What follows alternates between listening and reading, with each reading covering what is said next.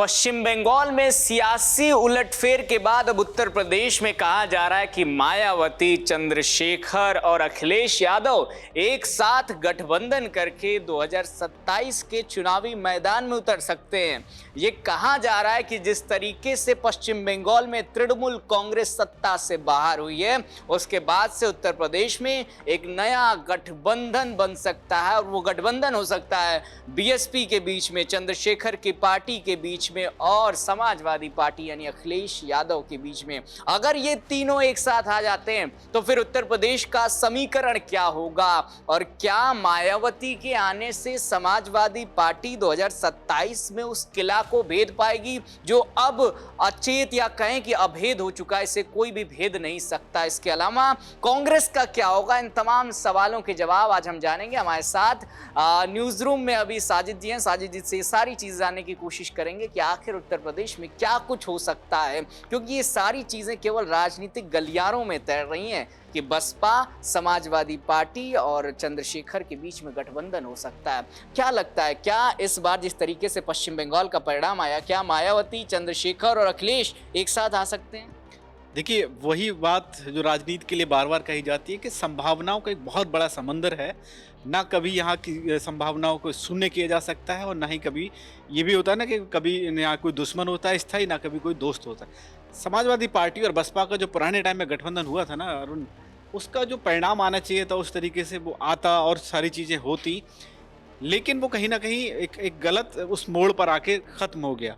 बहुत अच्छी शुरुआत हुई थी और एक ये भी तमाम जो जानकार थे उन्होंने भी एक वो लगा लिया था कि भाई इस बार जो रिजल्ट आएगा, क्योंकि दोनों का वोट प्रतिशत मिला के बहुत अच्छा हो जाएगा, वो कहीं ना कहीं वो ट्रांसफ़र नहीं हुआ। दोनों एक दूसरे पर आरोप लगाते रहे। उसके बाद मायावती ने ये भी कर दिया कि भाई हम गठबंधन नहीं करेंगे, ये सारी चीज़ें। लेकिन जब वक्त की मांग होती है, समय की जब ज़रूरत होती है और जब वक्त आपका कमज़ोर हो जाता है ना, तो फिर कई बार ये होता है कि भाई पुरानी स्थिति में आना पड़ता है, फिर पुराने दुश्मन को दोस्त बनाना पड़ता है, वो सारी स्थितियाँ। अभी जब जो मौजूदा हम लोग चीज़ देख रहे हैं ना, जो पूरा एक परिदृश्य बना हुआ है और भारतीय जनता पार्टी ने जिस तरह से बंगाल और असम और तमाम जहाँ ये विपक्ष को कह सकते हैं ना कि एक तहस नहस सा कर दिया है, तो विपक्ष की जो इम्यूनिटी है ना वो इतनी कमज़ोर हो गई है कि अब सबको एक साथ आना ही पड़ेगा। अच्छा, अभी जिस तरीके से पश्चिम बंगाल का परिणाम आया उसको देखकर ये जो सवाल हैं ये खड़े इसलिए हो रहे हैं क्योंकि अब विपक्ष को ये लगा है कि अगर हमें भारतीय जनता पार्टी को किसी राज्य में या केंद्र में हराना है तो हमें साथ आना पड़ेगा।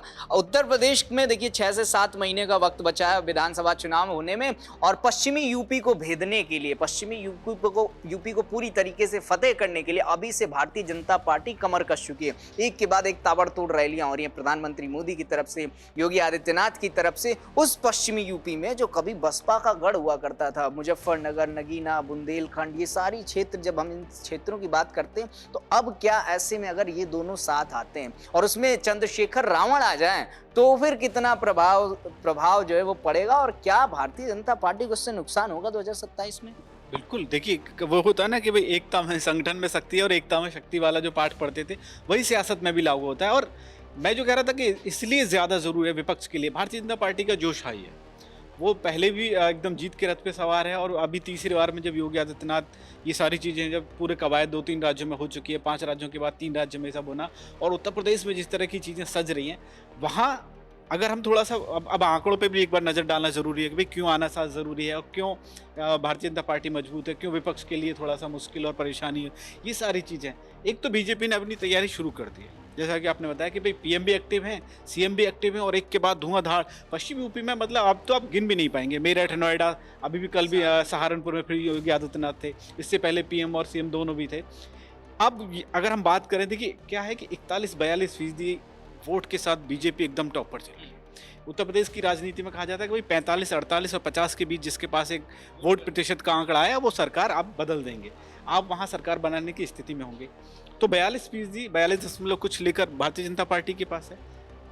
यकीनन समाजवादी पार्टी अपनी स्थापना के बाद, जब से वो बनी है तब से लेकर अब तक, उसका भी वोट प्रतिशत एकदम हाई है और 111 के बाद में मुझे लग रहा है इतनी सीटों के साथ साथ उनका एक अच्छा खासा मामला है। लेकिन अब भाई आप उस 42 को कैसे कवर अप कर पाएंगे? अभी उनके पास 30, 31, 32 का जो भी आंकड़ा है, तो वो कैसे पूरा हो सकता है? उसमें फिर यही एक संभावना बचती है कि भाई मायावती का वोट प्रतिशत मान लिया घट गया है, वो करीब 9-10 पर आ गई हैं, लेकिन एक समय से अगर उनको देखा जाए कि अगर मायावती थोड़ी सी भी एक्टिव हो जाए तो उनका वोट फीसदी जो है 28 तक जाता है। 28 से 23-24 आना और फिर उसके बाद 12-19 और 9.3 तक लास्ट में हमने अभी वो देखा है। हालांकि लोकसभा चुनाव के टाइम पे वो 3-4 के आसपास रहा, लेकिन विधानसभा चुनाव की अगर हम बात करें तो 9.43 उनका भी है।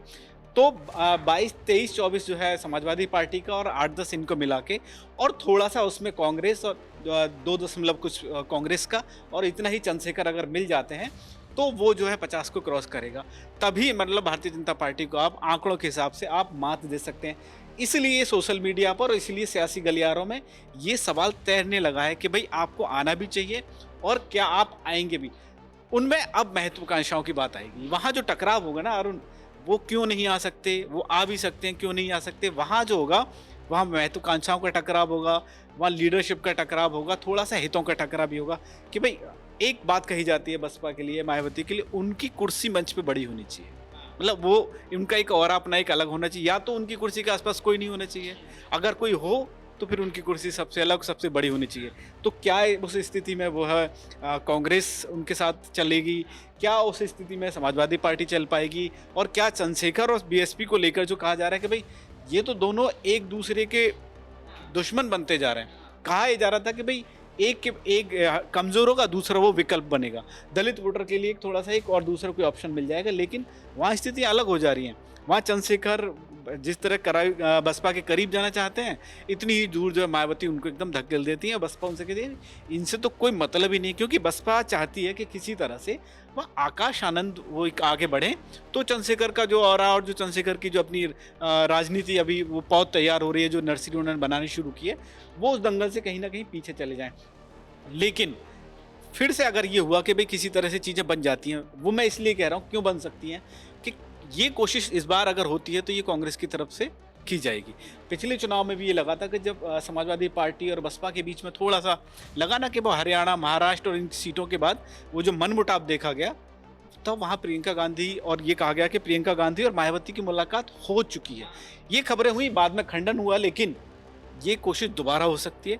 यानी कांग्रेस की तरफ से अगर कदम बढ़ाए तो प्रियंका गांधी मायावती को अगर लेकर आती हैं कि भाई इस 403 वाली सीट में, 402 में आप बताइए आपको क्या एक सम्मानजनक आंकड़ा चाहिए। यही बात वो कांग्रेस के लिए पर लागू होगी कि भाई उनको कितनी सीटें चाहिए होंगी, क्योंकि एक दौर अब ये आ गया कि बताइए क्या कोई ये सोच भी सकता है, कोई कल्पना कर सकता है कि 28, 29, 30 या 19% वोट फीसदी वाली पार्टी वो कांग्रेस से भी चली जाए। ठीक है, वहाँ 2 विधायक हो सकते हैं या 1 विधायक हो सकता है, और सबसे और उससे भी ज़्यादा चिंताजनक बात ये कि लोकसभा में बसपा का कोई एक सांसद ना बचे, तो ये उसके भविष्य के लिए एक बड़ा जब संकट आ जाए सामने, तो बसपा को भी और मायावती को भी ये लगेगा कि भाई लगातार अपना वोट बैंक जा रहा है। उसको बचाए रखने के लिए अगर ये इस तरह का गठबंधन कर सकते हैं या करना पड़े तो ठीक है, हो जाए।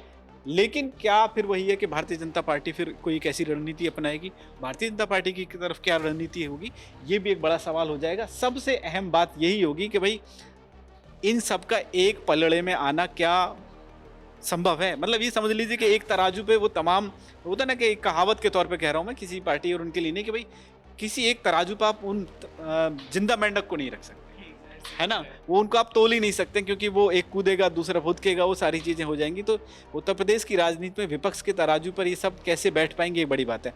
फिर बात वही आता थी कि भाई दिल्ली का रास्ता जब यूपी से जाता है तो फिर दिल्ली जाने के लिए तो भी साथ आपको आना ही पड़ेगा, एक गाड़ी में तो आपको सवार होना ही पड़ेगा। और भारतीय जनता पार्टी जो कॉन्फिडेंस लेवल पश्चिम बंगाल से लेकर आ रही है, वो कॉन्फिडेंस लेवल अब कहा जा रहा है कि उत्तर प्रदेश का किला, जिसको अब तक समाजवादी पार्टी 2024 के लोकसभा चुनाव में जीतने के बाद उसको लगा कि अब तो हम उत्तर प्रदेश में 2027 फतेह कर लेंगे बहुत आसानी से, लेकिन अब वो जो कॉन्फिडेंस लेवल है वो बहुत कम होता हुआ दिखाई दे रहा है। ऐसे में चंद्रशेखर रावण, मायावती, अखिलेश यादव और इसके साथ अगर राहुल गांधी या कहें कांग्रेस साथ आ जाती है, तो फिर हो सकता है कि उत्तर प्रदेश की जो राह है 2027 की वो थोड़ी मुश्किल हो। लेकिन यहाँ लड़ाई ये है ना कि पोस्टर में फोटो किसका सबसे बड़ा लगेगा। सबसे बड़ा सवाल यही है विपक्ष में कि सबसे बड़ा फोटो किसका लगे। मायावती चाहेंगे कि हमसे बड़ा किसी का नहीं लगना चाहिए। अखिलेश यादव अपना डोमिनेंस दिखाने की कोशिश करते हैं कि इंडी गठबंधन में हम बड़े नेता हैं। राहुल गांधी तो लीड कर ही रहे हैं। तो कुल मिलाकर ये जो सियासी लड़ाई, ये सियासी सवाल है, हम आप पर छोड़कर जाते हैं कि क्या लग रहा है, क्या 2027 का किला भेदने के लिए ये सारे गठबंधन बसपा, सपा, कांग्रेस और चंद्रशेखर रावण की अगर बात करें तो उनकी पार्टी क्या साथ में आएगी? अगर साथ में आती है तो इससे भारतीय जनता पार्टी को कितना नुकसान होगा और इनके साथ आने में क्या क्या नया बदलाव हो सकता है? अपना जवाब नीचे कमेंट सेक्शन में लिखकर जरूर बताएगा। ऐसी तमाम खबरों के लिए देखते रहिए राष्ट्रवाणी। नमस्कार।